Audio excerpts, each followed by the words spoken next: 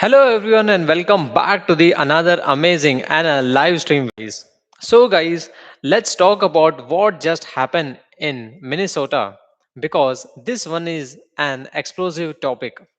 So because this one of those moments where the politics steps being subtle and goes completely off the rails. Tim Walz reacted to IC raids by accusing the Trump administration of pushing white supremacy, and his words immediately set off a firestorm. According to Tim Walz, this is what happens when leaders no longer hide white supremacy, pointing to the comments about white people not having to apologize for being white. And then he drops this line that this has never happened once in his entire life. Not once. That's the claim. So, guys, now here is why people are lighting him up in the comments.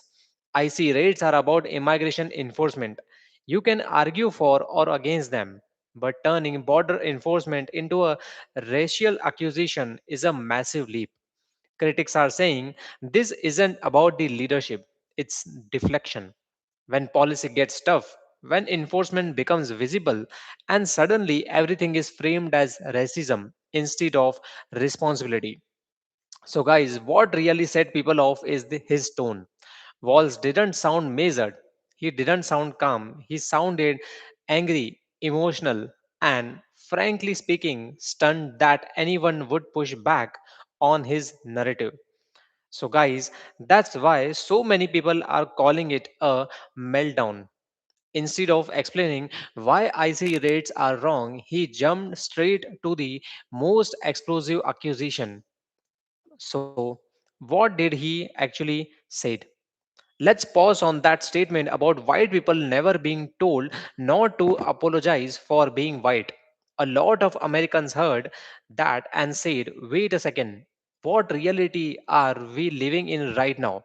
Because for the years, conversations about the race, privilege, and identity have been front and center in politics, media, schools, and workplaces.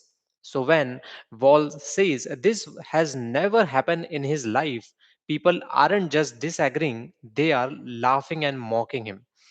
This is where the comment section explodes because the voters are tired of everything being reduced to race.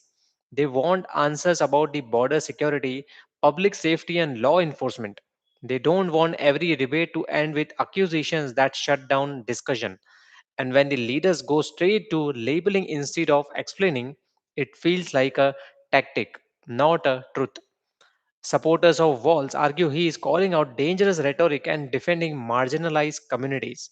Fair point, that's the argument. But critics say if your first move is to accuse half the country of white supremacy, you have already lost the plot.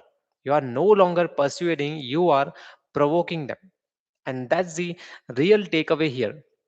This wasn't just about IZ, this was about frustration boiling over. It was about a governor facing consequences of federal policy and choosing outrage over clarity. Whether you agree with Walls or not, one thing is obvious here. This kind of language doesn't calm tensions, it pours gasoline on them. So, guys, now I want to hear from you. Was this a necessary call out or was it a political meltdown mean to distract from the real issue? Drop your take below in the comments because this debate isn't going away and the comments where the real conversation is happening. So, guys, thank you so much for joining in today and being with me till the end. If you like this breakdown, kindly give it a thumbs up and subscribe to our channel for such amazing breakdowns. Thank you.